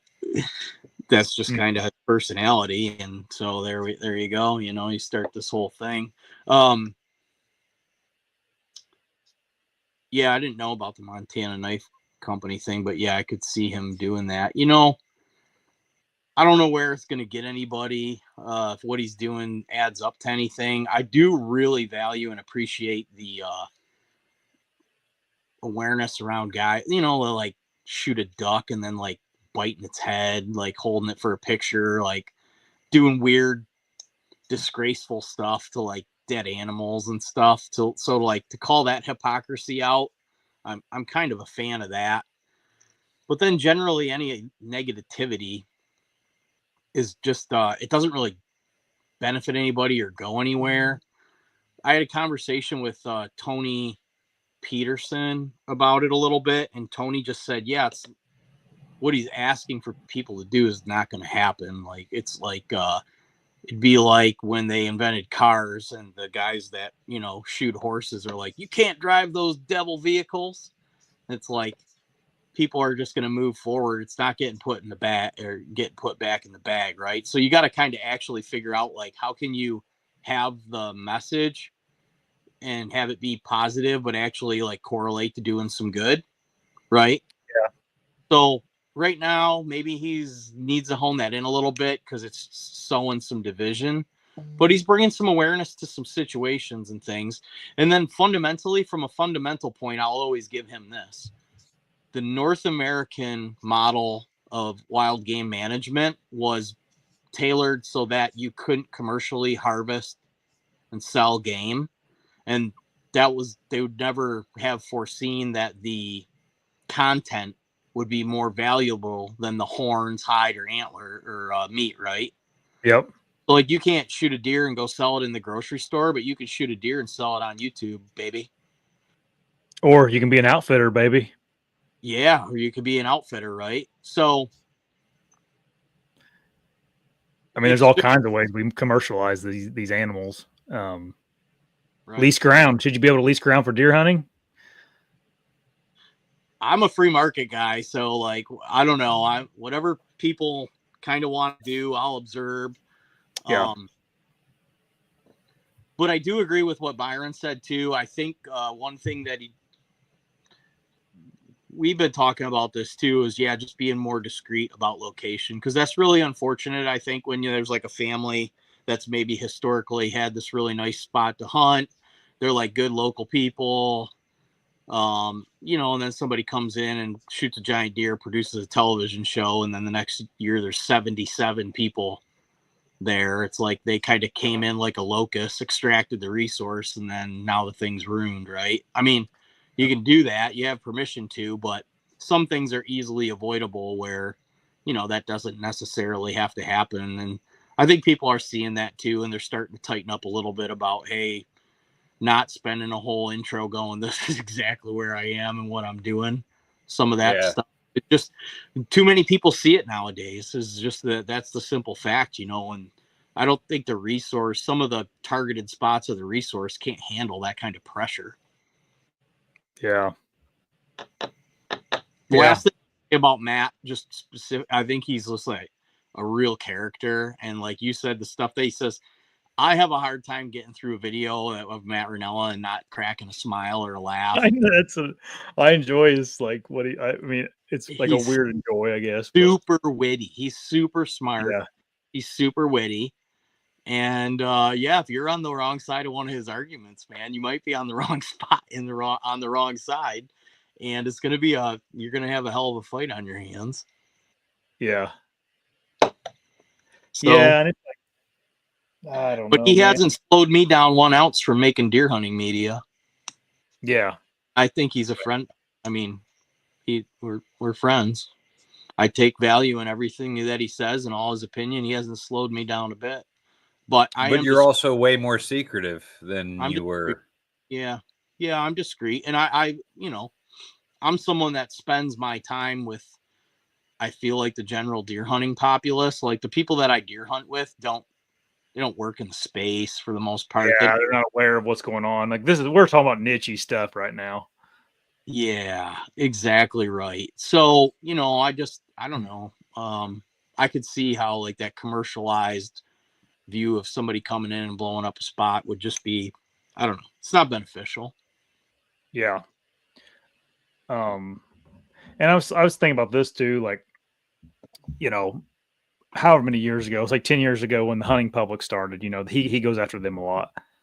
It's like we were all okay with that when they had 25, 30,000 subscribers, and it was like cool. It was cool to be promoting public land, and it's like then all of a sudden, like we all like them. They start getting bigger and bigger and bigger, and all of a sudden, it's like at some point in time you hit this point where it's like, okay, that's enough. Don't get any bigger, And it's like it's not their fault. Like they're just like Prime. They're just trying to make a good bow and make some money for everybody. Yeah. They had this dream of making content and went for it, and then all of a sudden you got this giant conglomerate they are now, Yeah, but today no public land hunter wants them to go on the same WMA state forest, national forest. Yeah, it happens so fast. Yeah, it's weird. It's like who's the other one? Everybody travels around like that. That's a big one. Is it the Seek guy? Yeah, have between Seek One and the hunting public, I think they have like collectively maybe right around 2 million subscribers. Yeah. Are you thinking Born and Raised, the elk guys that kind of go or Hutchin? Yeah. Yeah. Or Gritty. all the Western stuff has had maybe more exposure and they've had more problems over there.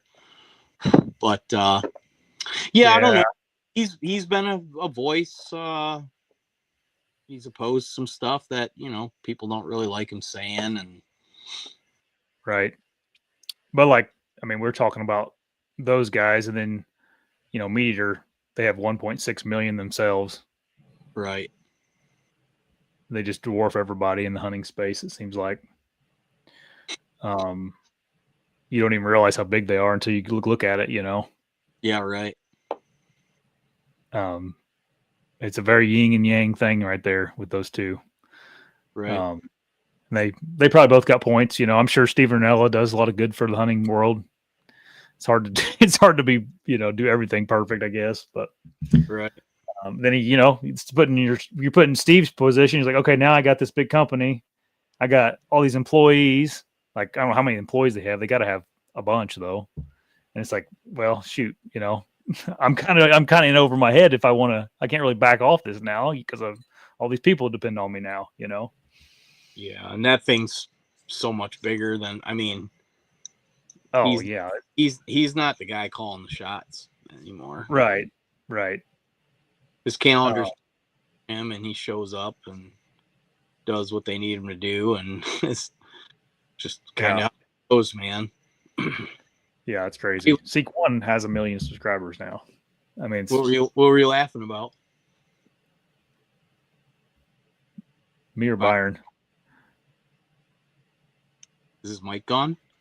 Oh, I was laughing about your comment about the calendar. Like he's not calling the shots. Yeah, no.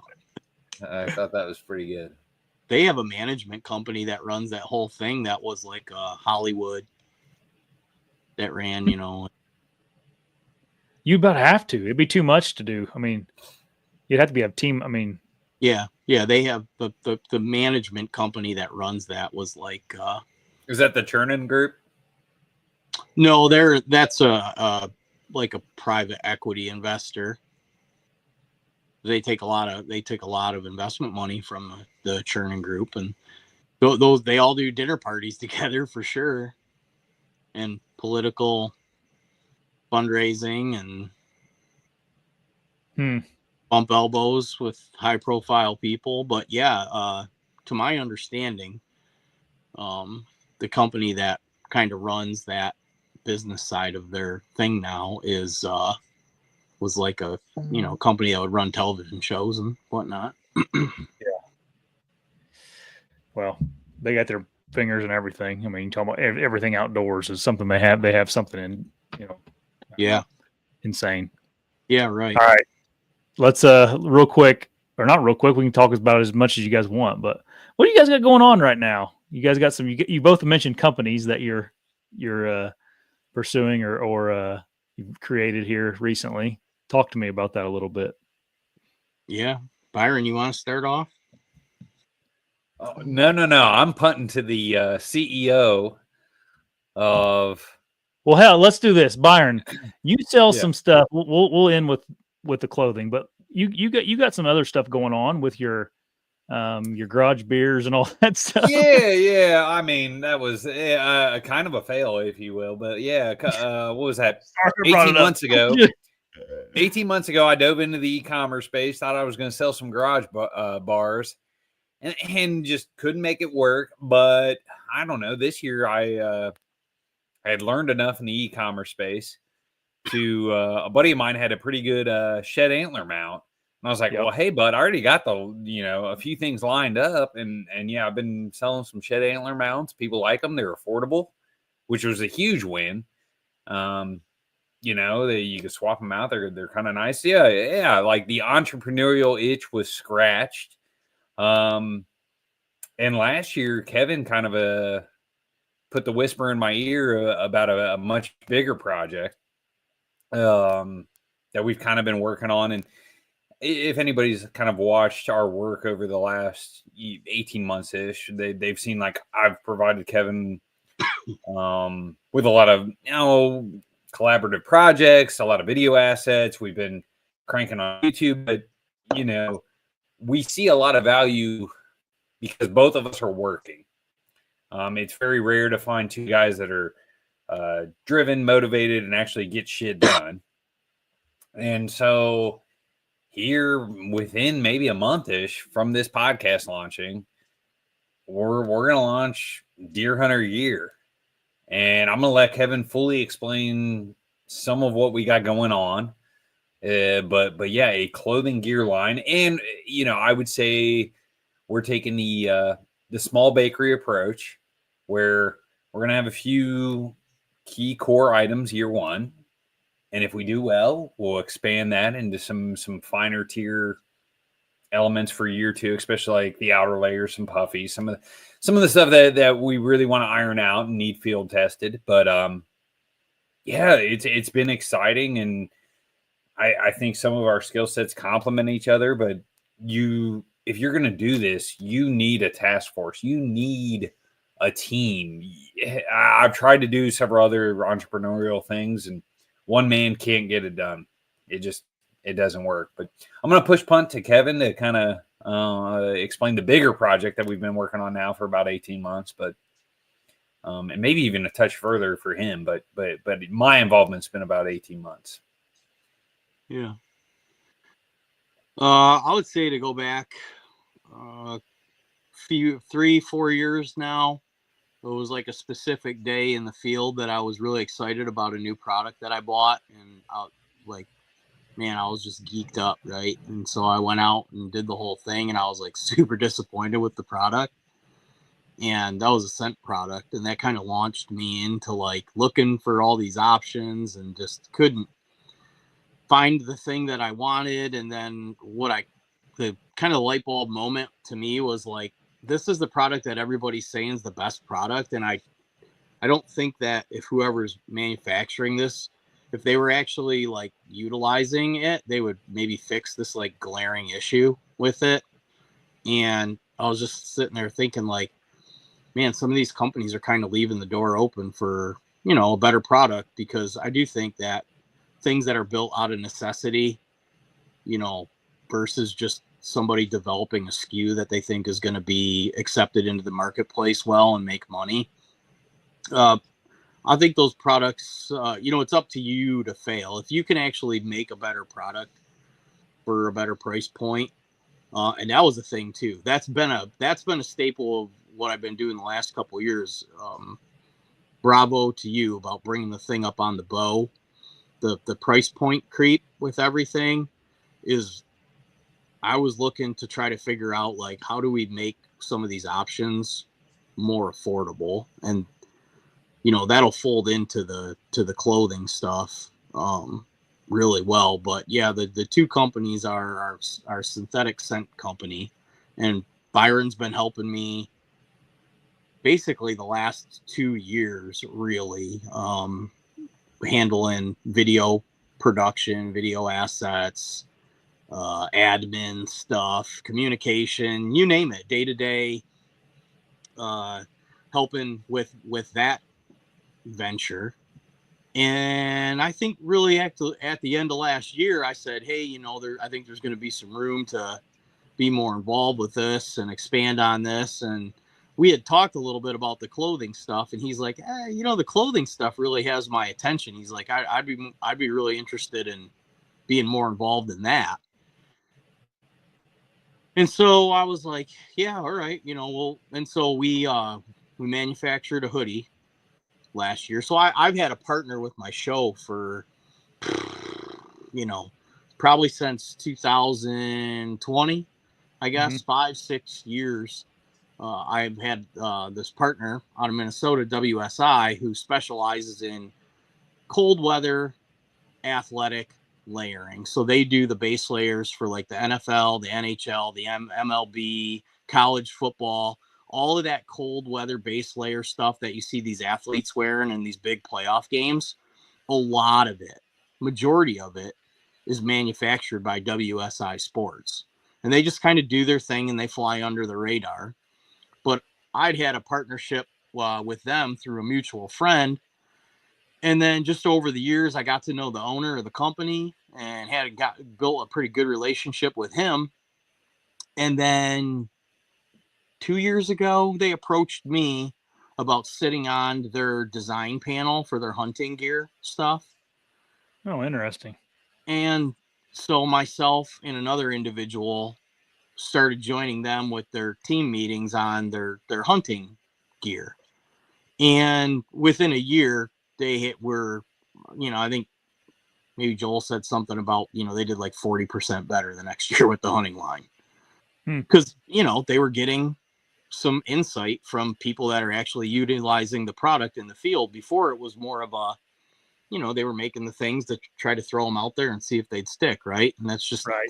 Hunters don't accept that. Hunters want stuff that works. Right. So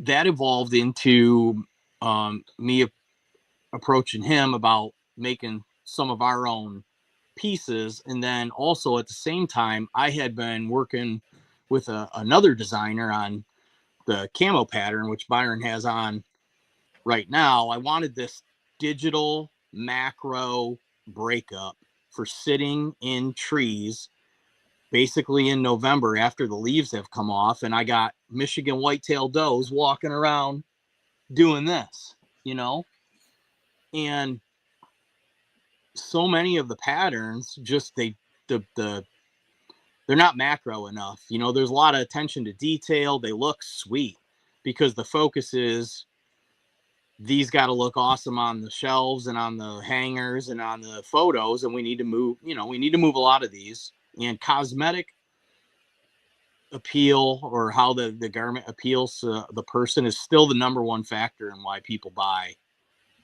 product. Like they like it. It looks it's good. Like the neon green fishing lure. Nobody's ever seen a neon green fish. Yeah. So whatever the consumer is kind of drawn to, the company will kind of lean that way, right? Because you want to sell product. I thought we could probably cross both hurdles, and intersect and make a pattern that looked appealing to people, but also would at the core be functional. So it's even open up more through the middle to almost like break you in half a little bit. If people start to notice, it's hard to see right here. Right. I see what you mean though. Yeah, the center of this garment is actually even more open, and it's just to break up that big macro image of you. And people will see when we start to put photo assets out in the fall, when the garment is actually out in its true environment, that like those fall days where all the trees are gray and there's hardly a leaf and there's not much to hide behind and you're out there in the trees. I think that this pattern will do as good of a job as anything that's, been available to bow hunters, gun hunters in the past. And so I was working on the pattern, and we started making some pieces, and guys started getting them, and guys liked them, and we liked them. And I've always been a technical layering enthusiast. So I've typically deferred to like a lot of Western gear over the course of the last decade, because the way I hunt, we hike into places, we're climbing up and down trees. Josh, you do a lot of the same stuff, right? It's like 10%, 20% of what you're going to do during the day is going to be an somewhat athletic endeavor. I'm going to have to hike some weight, maybe up a hill, get to a tree, climb a tree, not get super sweaty and gross, but then also might have to sit 4, 5, 6 hours in the cold. So having a technical layering system that's made specifically kind of for that endeavor, I found myself using a lot of Western pieces. But none of them were actually even perfect. And maybe 2 years ago, I was out in the woods and I was looking at myself and I was like, I look like a mess. I had 13 different companies' stuff on because I just defaulted to how the fit and function.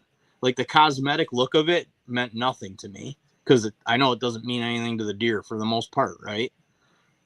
I just want to be warm and comfortable, and I want to be quiet, and I don't want to be fidgety. And when I get cold, I feel like I'm fidgety, and when I'm fidgety, I'm not quiet.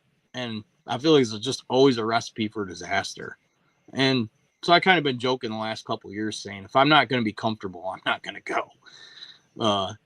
You know, I am not Dan in fault, like sitting out there in a snowstorm with a ball cap and a long sleeve shirt on. And yeah, I thought I was going to die, but I didn't. And I'm okay. You know, I'm like, no, man, I'm going to, you could just get a couple things and you could be real comfortable. Yeah. So like Dan would lose those things. I had two of the big Rubbermaid bins of clothes, you know, you name it, I had it. And I just kept boiling those down. And maybe you can attest to this. You're younger than me, but you know, you're talking about getting older and less stuff like about the cameras too. I'll give Dan credit for this, because he said this to me years ago. He goes, you bring a lot of shit. And it does distract you from what you're actually doing. And when you start to realize I really don't need a lot of this, that's where we spend a lot of time in kind of developing the key pieces to get the system up and going. Is like, these are actually some scaled down, like not a lot of bells and whistles, so that the cost could be affordable. But the material builds are good. The durability is good. The pockets are where you need them. Put some extra material in the upper thigh, the leg. So like when you sit in the tree stand, it doesn't pull tight on your upper thigh and instantly your thighs are getting cold with the core, you know, cold air coming down on them. I actually put pockets on the thighs too, so you can put like the heat warmer things on there. So for tree stand cattle guys, will work good too. But specifically for tree stand guys, if you're sitting there, you know, your tops of your legs are always the first thing to get cold because your pants pull tight on them. So or like you put a tailored back in the hoodie, so if you lean forward as you're in the tree stand, you don't get the wind up the back. I've been, it was funny when Kevin asked me about this project. I said, Kev, I sat in a meeting with the chief manager over the clothing line I was currently representing, and no way that guy could have read a topo map. Like, let's just get that straight. And I was like, why did you not put a piss zipper in your bibs for this year? Like, did you never go to the woods and hunt for more than 3 hours and need to take a piss? Like, there's stuff like that. And that clothing company is probably one of the biggest in the space. I will guarantee it.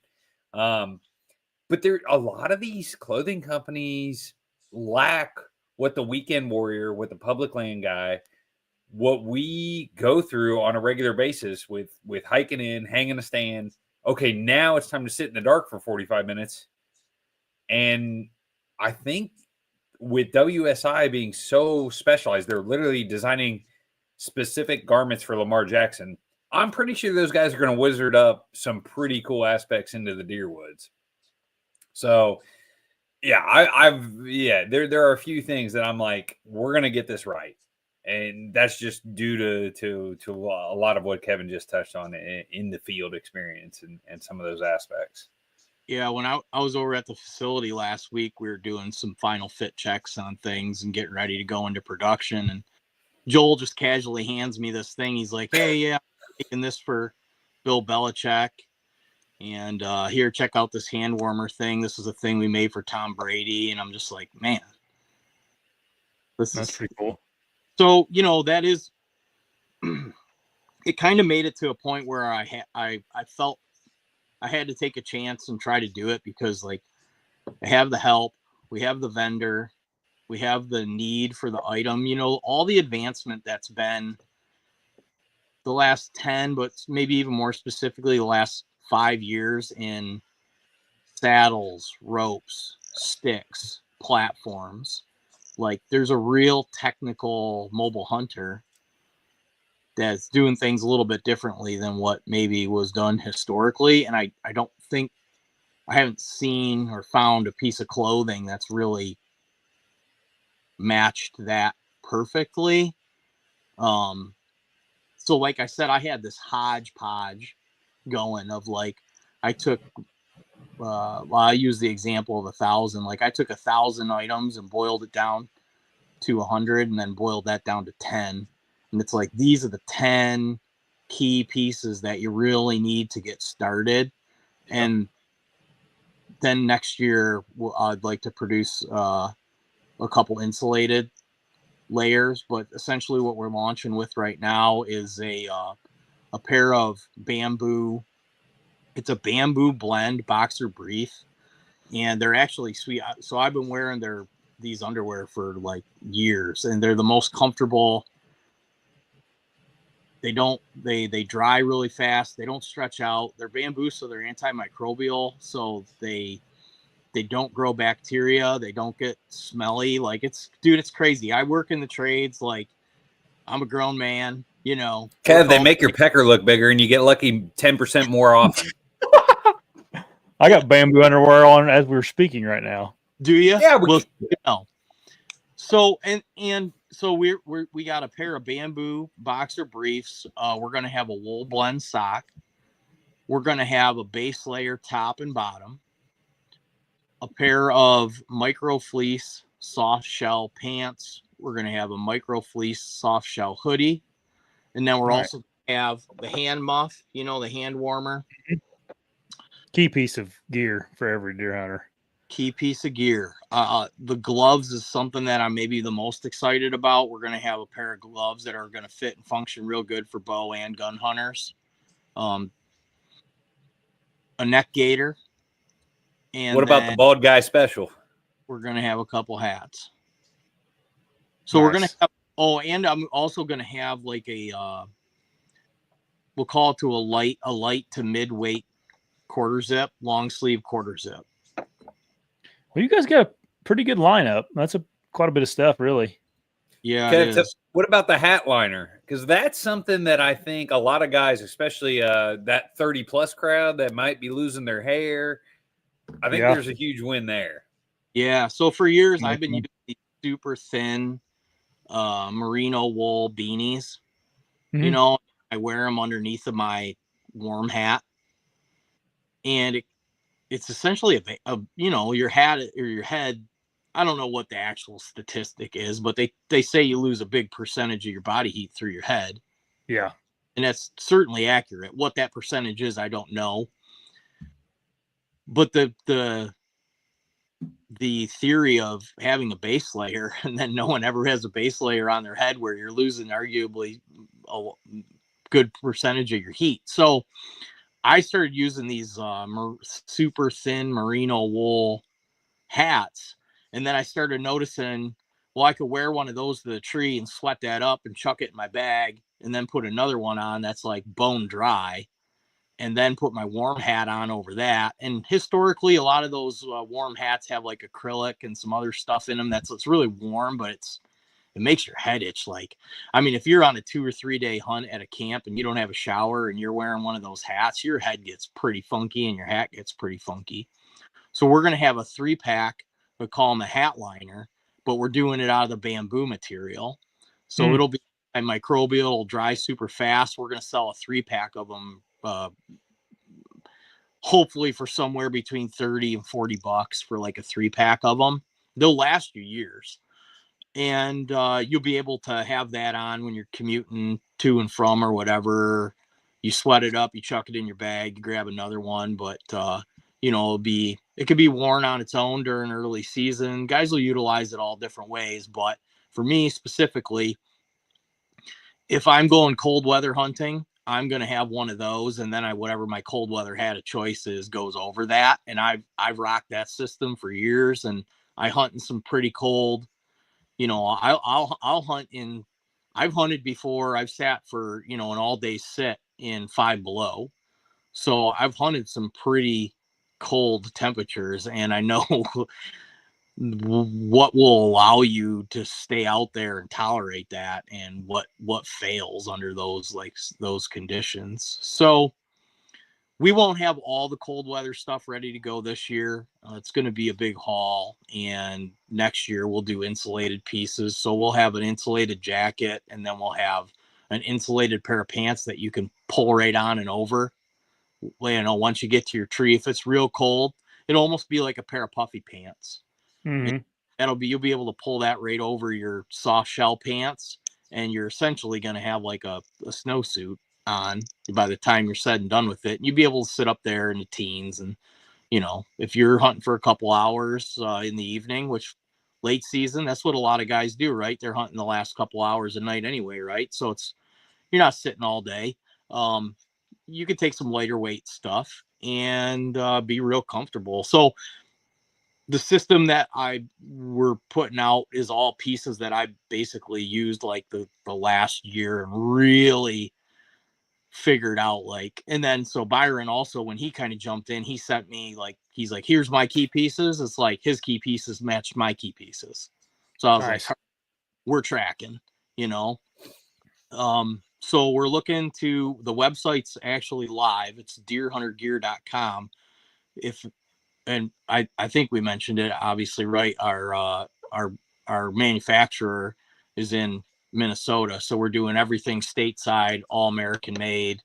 I went last week and kind of filmed some of the production stuff. People will get to see the people that are making the behind the scenes and things of that nature. And we're going to have, I think, so the real exciting thing is that I think we're going to have a price point that's going to be at or below the import goods that are coming up. In some cases, people are spending, some of these companies' goods are 800 to 1,000% markup for them to be able to make the money that they need to make that stuff, bring it in, have the whole sales team, yada, yada. We don't have any of that. You're looking at me, him, my wife, and our vendor. And so we're going to keep the cost scaled down the best we can. And I think we're going to have potentially even lower price points on some of our garments than competing garments in the space with some of the big name brands. Which to me, when that was, something that I really wanted to do. And I did to set expectation. We aren't going to have a lot of the bells and whistles, and I'm not going to try to sell people on this is the newest, highest tech camo developed by AI, macro software engineers. This is just some real simplistic, going back to that conversation about how our grandfathers and our uncles and stuff did it, right? It's like, they didn't have any of that stuff, man, but we're spoiled. We grew up with it. There's probably a middle ground there. Less is more. Get the real key pieces that you need so that you can be out there and do the thing that you love and not ever getting chased out of the woods by being uncomfortable. Yeah. Well, I admire you guys for taking the leap on some of this stuff. I know both of you have seen little companies that popped up that you guys have started and tried, whether they're successful or not. It's still like most people go throughout life and never do anything like that. So I hope you guys, with your deer hunting gear, I hope it's everything you want it to be, for sure. Sounds cool, for sure. It'll be a learning. It sounds like a lot of moving parts, a lot of work. It's nerve-wracking when you bring a product to market. One thing I've learned is that for me, it's like you don't want to bring anything out unless you feel it's like the best, right? You've done everything you can to make sure it's really good, and there's going to be all the value there. But there's always going to be a learning curve, and there's going to be it's like when Henry Ford launched the first car, it was an amazing thing, and they thought they had the most revolutionary thing ever, and now look where cars are. So there'll be some learning along the way, but we've been bow hunting for decades, and we like I said, we kind of factored down to like, hey, we won't make a bib without a piss zipper. That's a good comment to end on. Yeah. I'm just saying, like, there are ridiculous things in the space. You won't ever have to worry about, like, is this a core American hunting brand? Like, the guys behind it have families. They actually deer hunt just like you, same kind of ground. They're pro Second Amendment. Like, they'll have a beer and eat a steak on the weekends. Like, I think there's an aspect there that needs to be hammered home. Yeah, for sure. All right, guys. I let your guys' in the description all your guys' social medias and whatnot. Kevin's directing them over to the podcast, and Byron to the YouTube channel and Instagram and everything else. So I don't know if there's anything else you guys want me to put down there, but I'm more than happy to. I'll link the website after we're done here. Just want to say thanks for having us on. It's always a pleasure to talk with you. I had no clue we had been on here 2 hours. I know. Lost track of time. Oh man. Yeah. That's all right. It was good talking to you. When you're having good conversation, time flies. So well, we'll do it again soon. Well, we'll get you over on our end of the show here in the next coming weeks, and we'll be even a little closer to the season, and it'll be fun. Yeah, maybe I'll have a story after this weekend in Tennessee for you. Yeah. That'd be Good sweet. luck. Good luck. All right. Thanks for watching, everybody. See you later. Bye.